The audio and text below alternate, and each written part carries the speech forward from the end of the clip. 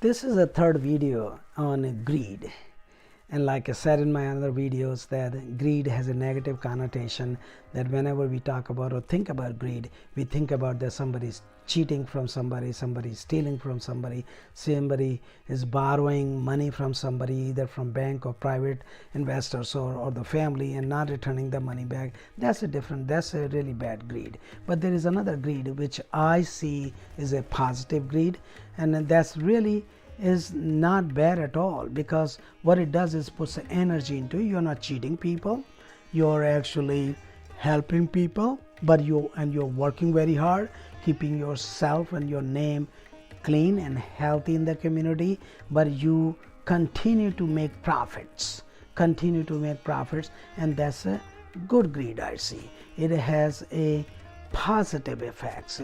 It propels you in business, it makes you successful in business. People admire you from you, people adore you, people learn from you. That's a different type of greed. Now I'm going to tell the positive greed is like, let's say for an example, the people who are making iPhone. I mean, they're providing a very good quality product out there, and which is very expensive. Now if you cannot, and they are making tons of profits, because the cell phone you can buy for 1.5 lakh rupees, or let's say $1,500, or you can buy a cell phone brand new for $200 also. But the people who are selling a cell phone $1,500 or $1,000 or $900, that's a quality product.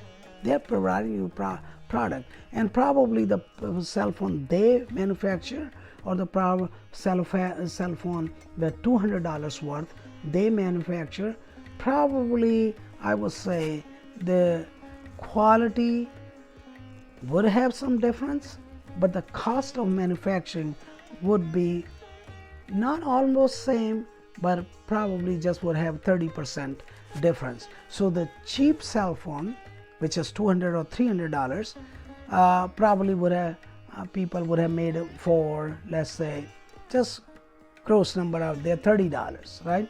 And the cell phone, which is $1,500 or $1,000 or $900, and that would have actually the cost would be probably $100, because these people have to make 4 or 5 times or 10 times profit to make the company very profitable. Otherwise you don't survive, because you have to pay the material costs, manufacturing costs, local taxes, federal taxes, now all kind of taxes, income taxes, and then you have to spend money on marketing and all that, and employee costs. So they have to make 5 to 10 times profits on their product, otherwise they would not survive in the business. So that's a positive greed. Yes, you're making tons of money, but you're providing product too. Now this is how I view it. Whether it's a greed, I don't see it's a greed at all. What I see is a true businessman is trying to make profits on his product or her product. He's providing a product and a services there. But the negative greed is that's totally cheating and deceiving people. So today this is the third video of the negative greed, and I'm going to talk about here the example of somebody who actually did a huge big damage to himself. Now this story goes back to 1981. I was in India, Bombay, India, and I was working with other businessmen, but all these businessmen, including myself, and my brother, actually it was my brother's business, but I became part of his business because he needed my help. So this happened in Bombay, this story. And this guy, his name I have forgotten, but I think he came from Muradabad, and he was a big supplier, young man, probably 19 years old or 20 years old, and he was a big supplier of metal gifts item like brass or silver plated brass items, and a different type of gift items. And he will bring the items from Muradabad, since he grew up there, so he had connections in Muradabad, and he was supplying the items to different stores in Bombay. So one day, now this guy is very unique personality. He was probably not probably 5'4" tall, and I'm not tall. I'm not very tall at all. I think I'm 5'6" or 5'6.5". So he was just a couple of inches shorter than me, and I was probably in my early 20s, and now I'm going back 1981 or so. And he was probably a couple of years younger than me, and 19, but very aggressive, positively aggressive guy. And he came from, like I said earlier, they're from Muradabad. He told everybody that his parents or his family had this manufacturing unit in Muradabad, but the way he carried himself and the way he would talk, I didn't see that at all, that he came from the family which had the factory and manufacturing of these goods he was trying to supply in a wholesale to the wholesaler.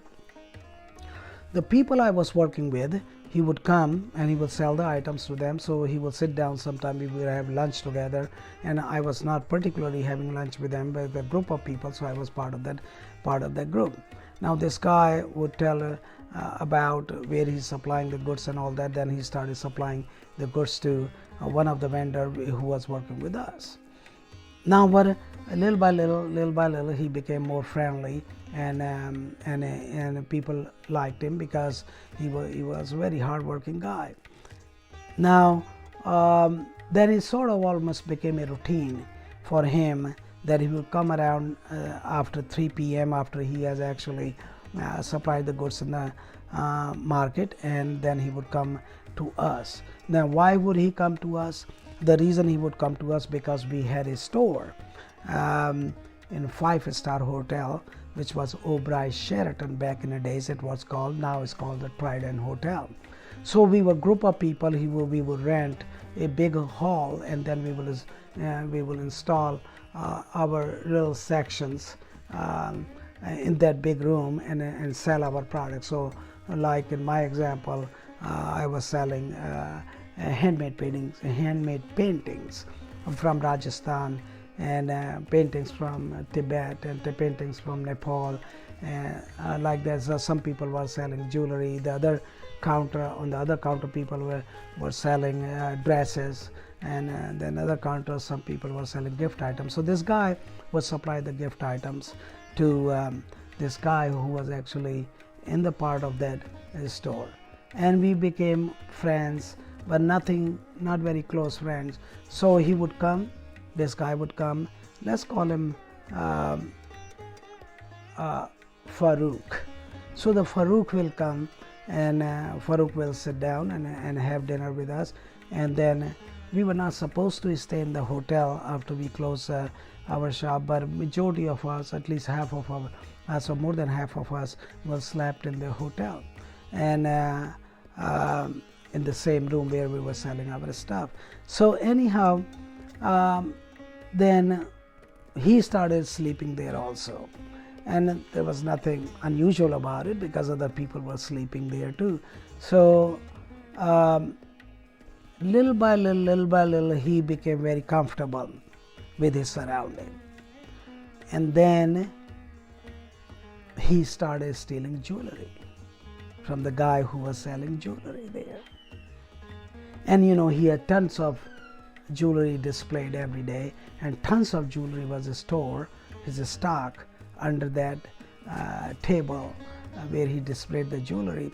So I would say that, I don't know the dollar amount or rupees amount I can't put on, but it was a lot of jewelry, and it was gold and silver and stones and diamonds, you name it, all kind of jewelry. And just one ring could cost $2,000. And how much is the ring? Is this earrings? How much space they take? Only this much. So little by little, this guy, the jeweler guy, started noticing that his jewelry was missing. But he just could not pinpoint, because there's such a big stock, he could not pinpoint what exactly was missing. But some of the stuff he knew, it was displayed there, but the ring is gone. So he thought that, well, maybe the customers, sometime the customer steal. So he started really paying very close attention to it. But he then started noticing the jewelry is also missing from the stock he was, which was under the table. So now back in the days, we didn't have cameras or anything, but little by little we started noticing that the Farouk's body language changed, or just his total demeanor was changing. So this jeweler, without telling anybody, start keeping an eye on Farouk. And then one day they caught him. Everybody pretended that they're not going to stay in the store. Only one guy would stay in the store overnight, and then Farouk was there. So the guy who actually, they drank together, Farouk and the guy drank together, and the guy drank less than Farouk, and then Farouk thought that probably the guy is sleeping. The guy was not sleeping, and he saw Farouk stealing the jewelry, and he caught him. Then, and he caught him, and he unfortunately he actually tied him with the table, his hands and his legs, which is inhumane thing to do, but that's what the guy did to him. Then morning everybody came, and everybody found out, the jeweler found out that this guy was stealing money. Then Farouk admitted. They beat the crap out of him, and then Farouk admitted. But then Farouk said, okay, look, if you continue to hit me and beat me, I'm not going to tell you where I disposed the jewelry. And if you call the police, then he said, I know that I will go to jail or prison for God knows 5 years, 10 years or whatever. And then when it will come out, then I will be a free man. So what do you want? He told the jeweler, what do you want?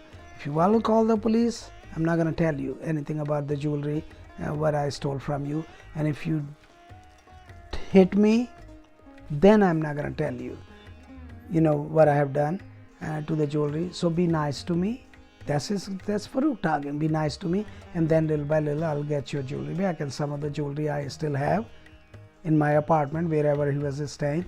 And he said most of the jewelry has already disposed. So now Farouk controlled the situation. So everybody, actually jewelers, are there, well, we can't hit him, we cannot call the police, and we cannot do anything because he's now willing to cooperate. So now in a couple of days or so, Farouk took the jeweler and his friends to the places where he sold the jewelry. Well, they admitted, the people who bought the jewelry, they said, we didn't know the jewelry was stolen, but here's the jewelry, and this is what we paid for the jewelry. So they asked the jeweler, if you pay this amount, you can have your jewelry back. Well, jeweler knew that the jewelry he sold was for peanuts, and so he said, and the jeweler paid for the jewelry and got some of the jewelry back. Then the Farouk took him to the different stores, different places where he sold the jewelry, and jeweler recovered probably 50 to 60% of the jewelry. Then some of the jewelry, he said he sold in Delhi, and because he supplied items in Delhi too. So Farouk said that he's not going to ride in the train because he gets uncomfortable, because it's 17 hours ride. He would go in the plane. So he started demanding, take me by air to Delhi. And the jeweler did not have any choice, so they bought his ticket and they brought him to Delhi. Then we saw him in Delhi. I happened to be in Delhi at that time when they came to Delhi. So I saw him, I saw everybody in Delhi, and then he, same thing, now here the jeweler is acting like a Farouk's servant, and he would ask for chicken curry. Farouk asked for, they will buy chicken curry with naans, and he's laughing and drinking and enjoying life. Then he took the jeweler to the other different store, and they got the jewelry. So here in the process, jeweler got about 70 to 80% of jewelry, but 20% of jewelry, which was the very expensive items, few items, and the Farouk said that he doesn't have them. He said, he just simply said that I'm not gonna give, and I don't have it. You have a choice. You got 70 to 80% of jewelry back. 20% I don't have, or I would not give. I don't know what they talked about. And then jeweler decided that he would not push him too much. And then Farouk started talking about also that he will commit suicide, and he will write down a statement, and that a jeweler pushed him into that. Now, so jeweler thought, well, heck with it, and let him have this 20% jewelry. And they said that whenever jeweler was a very nice guy, I still know him actually. He's a very successful jeweler. He's got an office in Bombay, he's got an office in Delhi, he's got an office in New York, he's got an office in San Francisco. He's a very successful jeweler. I don't know what happened to how happened to Farouk. And the entire story stopped there. They let him go. They kicked him out from the hotel, and we don't know what happened to him. Now, this is a story about the guy who really stole his stuff. I don't know whether he became successful or not. Very likely not. And that's a bad greed. That's a horrible thing to do. But I just mentioned about the jeweler. He's very successful man. Probably multi-million dollars man. So this is a bad greed what Farouk did. But he's a jeweler who knew that he can afford the loss of losing 20% of jewelry to Farouk, but would still be able to make a lot of money, because the entire people in the community, the jeweler community, knew what happened. So the good guy's business flourished, and the bad guy very likely went down the drain. So don't steal. Don't do anything stupid. Build on your business, whatever you had. He probably lost his brass item business too because of his name. So don't ruin your name. Continue to work hard. Continue to do the right thing so your business will flourish in the future. Thank you very much for watching the video. I hope